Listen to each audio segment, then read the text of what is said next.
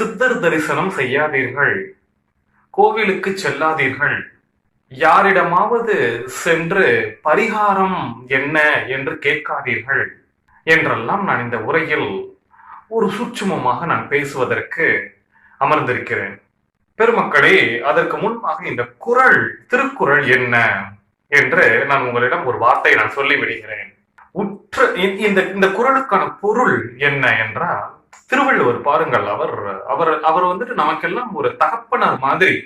அவர் இந்த உலகத்திற்கு கொடுத்து சென்ற இந்த இந்த இந்த திருக்குறள்கள் எல்லாமே நமக்கெல்லாம் வந்துட்டு அற்புதமாக ஒரு தாத்தா வந்துட்டு நமக்கு வழிகாட்டுவது போன்ற விஷயம். இந்த குறளுக்கான பொருள் என்னன்னா, உனக்கு ஏற்படுகிற துன்பத்தை பொறுத்து கொள்ளுதல். இரண்டாவது, மற்ற உயிருக்கு எந்த துன்பமும் செய்யாமல் இருத்தல். இது இரண்டும் ஒரு மனிதன் அற்புதமான தவநிலையில் இருக்கும் இலக்கணமாகும். இதுதான் இந்த திருக்குறளுடைய பொருள்.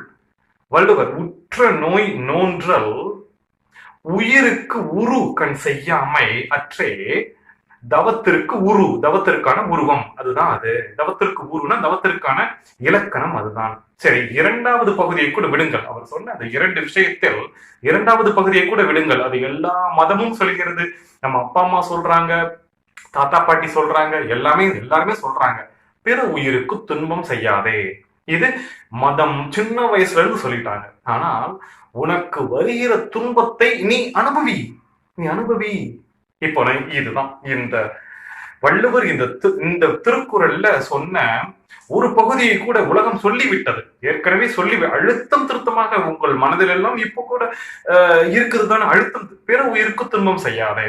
அதெல்லாம் நம்ம கொஞ்சம் வாழ்க்கையில பிராக்டிஸ் பண்றோம். ஆனா இப்ப என்ன தெரியுமா பிராக்டிஸ் பண்ணல, இன்னொரு பகுதி, அதாவது உனக்கு வருகிற துன்பத்தை பொறுத்துக்கொள்.